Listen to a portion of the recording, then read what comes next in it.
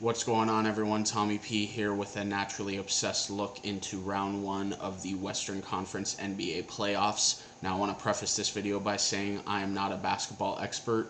I'm just a fan who's naturally obsessed. Today's video is sponsored by Crush the Rankings. Crush the Rankings provides elite and award-winning search engine optimization and web development.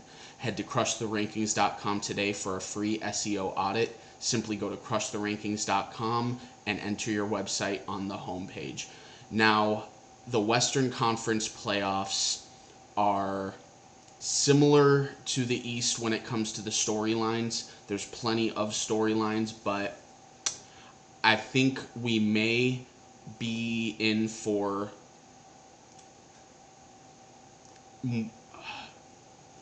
I don't want to say more competitive, but closer matchups on paper. So, that being said, this series that I'm about to talk about does not fit that criteria.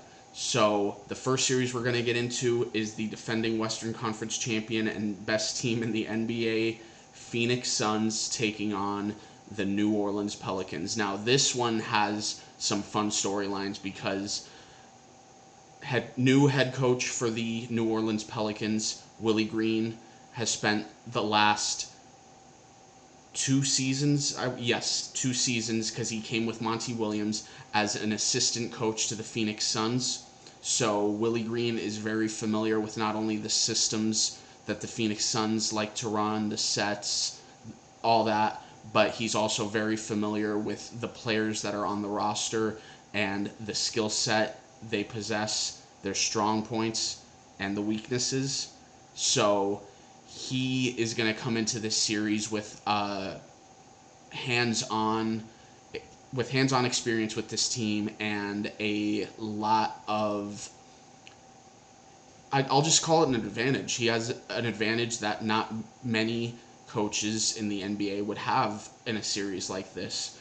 But to get right into it, look, good for the Pelicans. You know, they started an atrocious 1-12 this season, and after getting CJ McCollum, they just started soaring, did just enough to get into the play-in tournament, and good for them. They deserve to win against the Clippers. Granted, I know Paul George wasn't playing, but if you watched that game and you see not only how well coached they are, but the effort that they give on both ends of the basketball, offensively and defensively, this team, like a Cavaliers team, like a Bulls team, they're building for the future.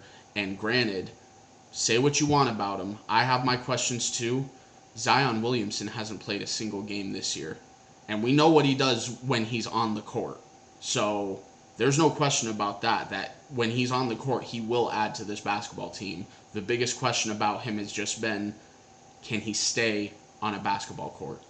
So this series, though, that being said, giving the Pelicans their props, they are way out of their league when it comes to being competitive against this Phoenix Suns team. And I mean, no disrespect, but this is not going to be a close series at all. The Phoenix Suns, they can throw too much at them. You know, you have a Brandon Ingram who is probably going to be primarily guarded by Jay Crowder. They can also throw a Mikal Bridges on there if they want to switch from CJ McCollum to Brandon Ingram. Mikal Bridges, who I believe is the defensive player of the year. All biases aside, as you can see, wrong way. I am a Phoenix Suns fan. Western Conference champion shirt. All biases aside, though, the man is just, he's built different. He's the NBA's Iron Man, has never missed an NBA game in his career, led the NBA in minutes this year, and that's just one player. You know, the most interesting thing before I talk about the Suns superstars, my biggest, I don't even want to call it a concern, it's just question, is the big man matchup. Now, in DeAndre Ayton's career, the one player that he's matched up with that you can say he's been the most inconsistent against is Jonas Valanciunas. And it's kind of weird when you think about it like that. That would be the one that he struggles with the most. But if you look at it, more times than not, Jonas Valanciunas has outplayed DeAndre Ayton. And we're talking like Nikola Jokic, Rudy Gobert, Karl Anthony Towns, Joel Embiid. These last 2 years, Ayton has done more than hold his own. In some cases, he's outplayed some of these guys. I mean, you saw in the playoffs last year, Ayton outplayed Anthony Davis. He matched Jokic shot for shot. And the Clippers, I mean, I'm not even going to start comparing Ayton to Zubac because there's no comparison. It's Ayton. But no, it's just really interesting when I saw this matchup become final. I was just like, I wonder what's going to happen with this big man matchup. So that's something to watch out for. And then the superstars, Chris Paul and Devin Booker, the two by the numbers most clutch players in basketball this season. There's just no comparison, guys. Like this is going to get ugly quick. And the only reason I'm making this prediction is because of the love and respect I have for Willie Green. And I think that they can steal one, which is why I'm taking the Suns in a gentleman's sweep. I apologize, it's still early. Suns in a gentleman's sweep, so I'm picking the Suns to win in 5 games. On to the next series, which is completely...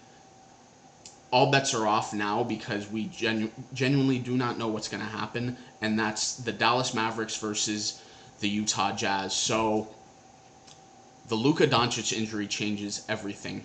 You know, before that injury happened, I had said that I think the Mavericks were going to win in 6 games. And then you take Luka off that team. What are they?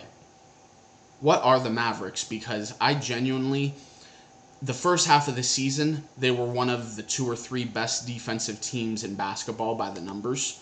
And since the All-Star break, even with Luka, that took a big plunge. I love what Spencer Dinwiddie has brought to this team. He, since joining the Mavericks, has been one of the best fourth quarter players in the NBA. But you're not going to replace Luka Doncic. You're not even going to replace 50% of Luka Doncic with a Spencer Dinwiddie. Luka Doncic is that whole team. And I also love Jalen Brunson. Love the addition they made of Reggie Bullock, Dorian Finney-Smith. I apologize for the pause. I'm trying to find a reason while I'm on with you right now to feel optimistic about their chances. And it's really hard because I'm not that high on Utah either. What has Utah done any different this year than years past? You know, last year they were the number 1 seed in the entire NBA, and they still... it's almost like they weren't even competitive in the postseason. So let me say this. I love me some Donovan Mitchell. That man is a superstar. Love him. Rudy Gobert, love him too. Best defensive center in the entire National Basketball Association. Love Bogdanovich. But this series comes down to one thing. One, is Luka going to play at all? So he's already been ruled out for the first 2 games of the series. So is that 2 games to Utah? Is it 1-1? Can the Mavericks steal 2 close games?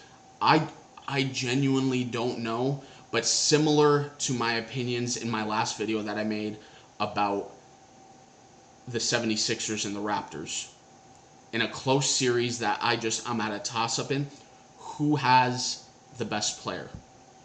And I have to assume when making a prediction like this that Luka Doncic is not going to play because there have been no updates as to when he could potentially return.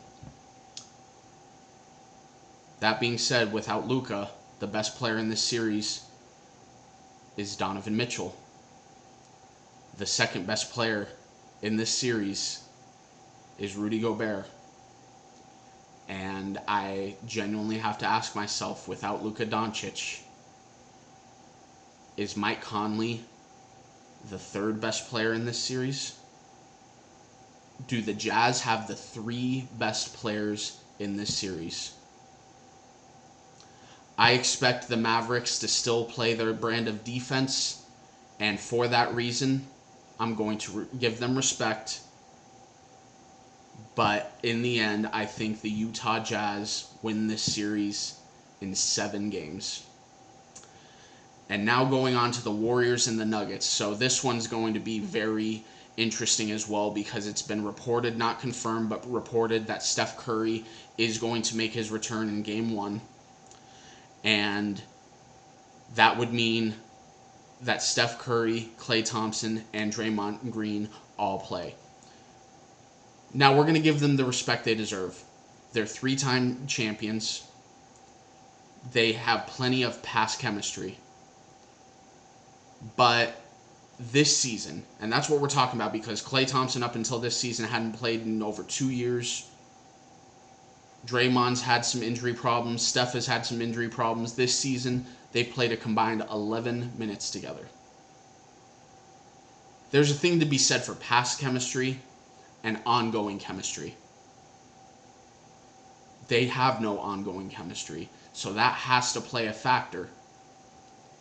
And the biggest concern, which is why I genuinely question, depending on the matchups, how far this Warriors team can go, because Steph Curry by himself is going to keep you in basketball games. If Klay's playing at even 75% of the level Klay Thompson's capable of playing at, he's going to be able to keep you in games.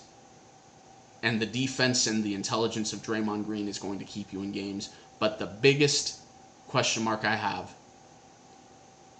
is the small ball lineup they have to play. James Wiseman, he's not coming back.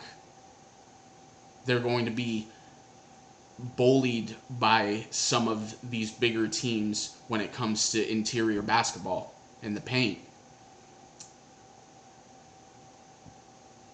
But I don't think the Nuggets are going to be that type of team to do that to them outside of Nikola Jokic, because Nikola Jokic, reigning MVP, probably had an even better year this year.